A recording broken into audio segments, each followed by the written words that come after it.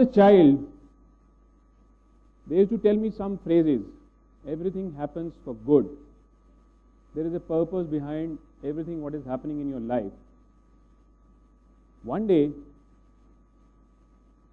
when I got my result for 11th standard, I saw I failed. What's so good about it? I should think about that. Sometimes we get the answers very fast, but sometimes it takes long to get the answers. But there is always a good behind everything. By the time the year finished off, my previous batch, which was on vacations, board examination vacations, but I was still coming to the school. One day when I was coming to the school, in recess, I came out to the mango grove side. We had a mango grove in our school, and I saw all silence. In recess, school, silence. Isn't it amazing? But then I found that somebody has fiddled with the beehive, and it was all bees flying around. And suddenly, I saw a small girl, second standard girl, coming towards me, crying, writhing in pain, because all the bees were on her. Not even a single part of her body was visible, but bees.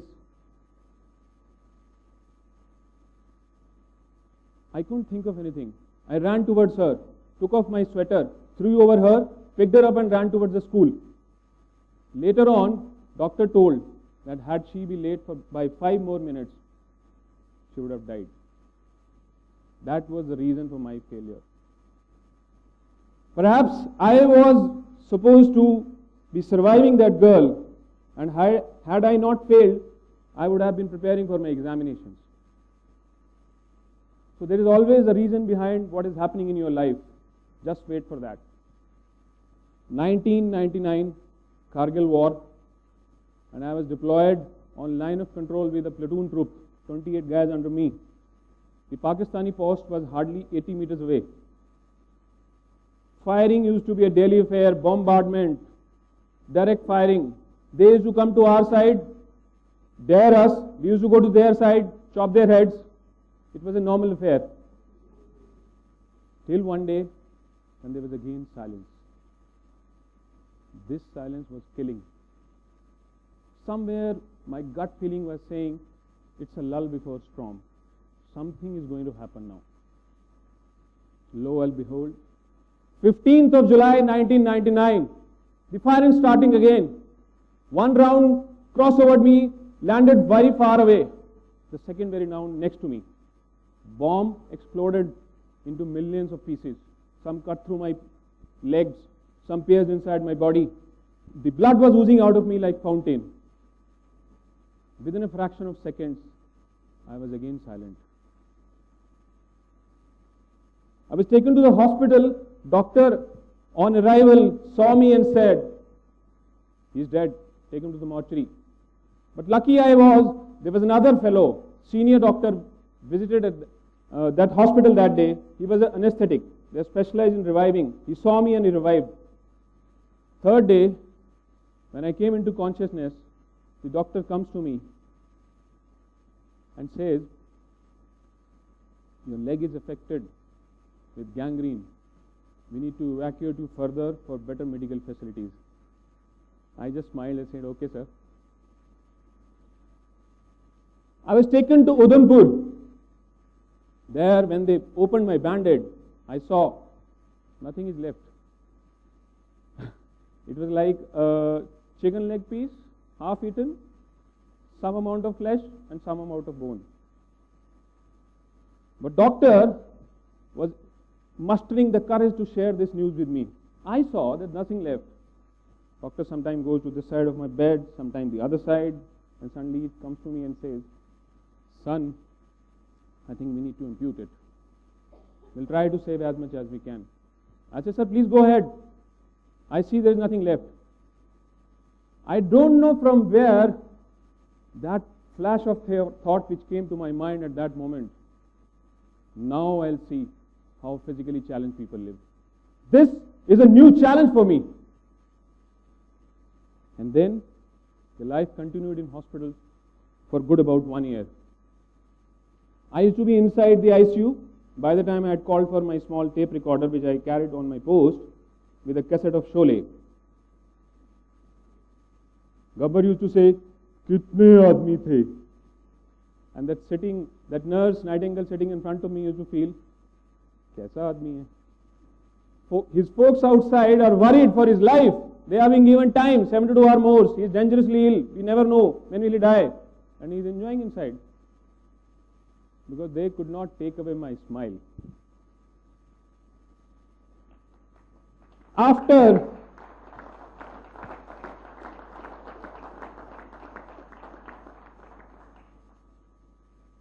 few more operations, removal of damaged intestine, and I was sent to Command Hospital, Pune, for fitment of my artificial limb. When I arrived there, before the admission, they carry out some tests. They measured my weight. It came out to be 28 kgs. 40 days of hospitalization, lot of bottle of blood and protein pumped inside me, highly proteinized diet was given to me, but I was just mere 28 kgs. So many injuries. Sometimes I think that we can play a game. You name a part, I'll tell you which injury is there.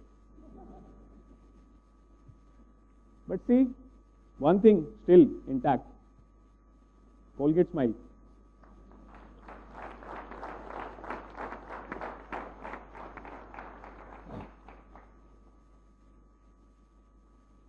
When I overcome this injuries with my attitude, I thought perhaps, I am good enough, I can take care of all this thing, life will be good now, never mind, so what if I have lost my leg and several injuries, I am still fit. That's the time when God told me, "Hey Sonny, come back, there's a lot to come still."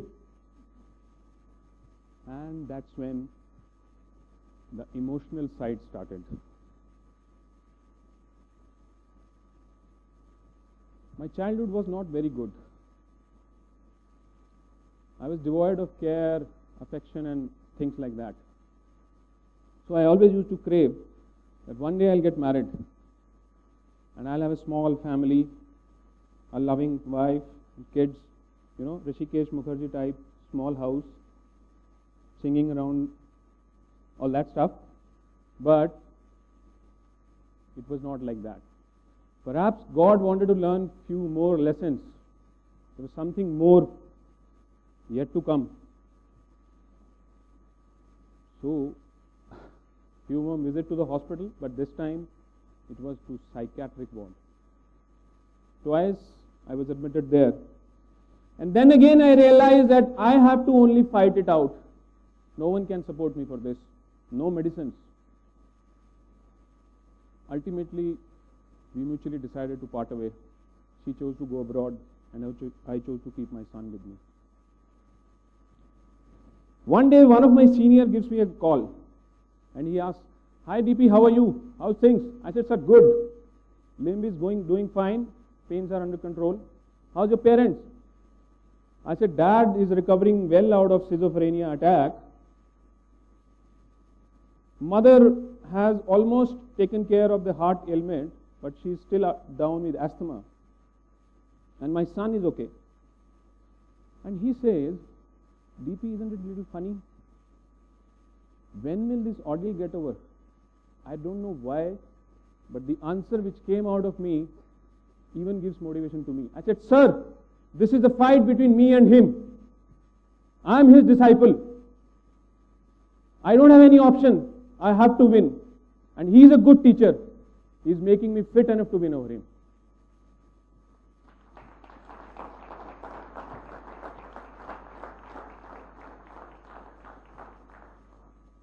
With so much responsibilities over my head, and I don't think any ladies behind me to support, what to do? I came towards the games. Because games, sports is always a field from where, in fact, the great leaders are produced from the sports field. I started with the golf, but it was still more of a oldies game. I graduated to squash. Initially, I was a little skeptical that how will I play squash, but then I realized it's possible, shifting a bit with the artificial limb, but still. It gave me a little bit of sweating out, but still, the athlete in me was craving for something more. The adrenaline rush, sweating out, running, feeling tired, I was still missing all that. The part which I wanted to go into, which was always my dream, I am still carrying that, rally sports. So I used to go to sponsors, because it's a very costly affair, and sponsors used to look towards me. Okay. We'll think. We'll get back to you. To never come back. That's the time when I saw one ad. Airtel Delhi Half Marathon 2009. And I realized, this is the place where I can prove my mettle again. Let me tell them what worthy I am. It was hardly around 40 days away, and I have to win back my stamina, my endurance, and I never knew even that how to run with this type of a limb. That's a second life which I was living. I had learned how to stand, I had learned how to walk, but running was still a question mark. Nevertheless, as I always say, options leads to confusion. So I gave away all the options. The only thing was to see the finishing line of 21 kilometers mark. I was on the road practicing. It was very hard initially, but I carried on. And I learned how to run with the limb, the way hop run. Like this. Because that limb actually is not meant for running. So the first marathon which I ran in 2009, it took me 3 hours 40 minutes to finish 21 kilometers. And I know those 21 kilometers, I was just fighting with me, myself, my body and my mind. When I finished that 21 kilometers, I still remember that elation feeling. After so many years, I was feeling tired and really hungry. I was sharing with one of my friends yesterday. First time in my life perhaps, I ate the apple with the core inside of that apple also. Generally we throw that. I was so hungry. Since then, every marathon I ran, I improved my timings. Till 2009, when I ran my first marathon with this blade. Because this is the blade which gives me running. I can run normally. This was again a challenge because after 12 years, I was supposed to run a normal style. And there's a lot of difference between that running, hop running and this. So God was not so easily ready to give this thing to me. There were a lot of medical things which came in between. And I'll share one most important. One of my splinters is here. Half an inch big, splinter stuck inside my ribs. Now because I was running, 70 kg was actually going up, down, up, down. The splinter perhaps got shaken up.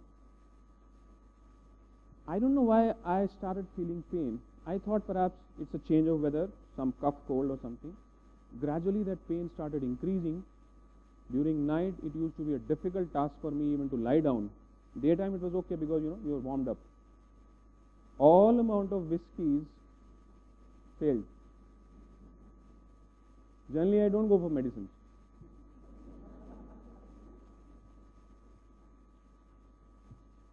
So I happened to visit hospital and doctor told me, you see, suddenly I remember one day actually, I thought perhaps there is one splinter which is troubling me here.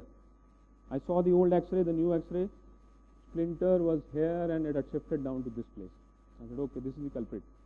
Doctor said, let's remove it, operate. Thank you. Enough of operation is already there. And I can't take chance because there were 12 men waiting for me in 2009 November half marathon, motivated just because I was there to go for a 6-kilometer event. So what is the other way out?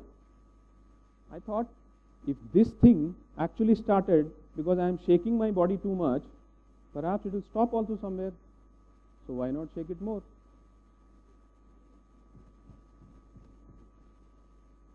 I even started running more.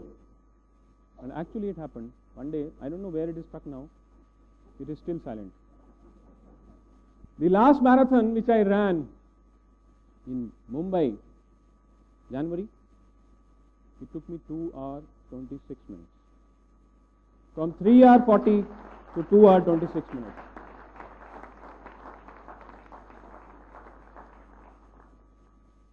So conventionally, people call me a challenged person, physically challenged. You think how challenged I am? Challenging once. This is the group which I run now on Facebook, also incidentally registered as an NGO now. The idea behind this is to change this attitude only. Firstly, of the challenged person, let them understand they are not challenged, they are the challengers. And secondly, to the mass public. Earlier, I used to say, God, how many more tests will you give me? Enough. Now let me have some peace. Now because I have understood the purpose behind all that, I say, come on, give me something more. I am your disciple. You are my trainer. Dare you not leave me in between till I become perfect or I die. Because soldier never quit till death.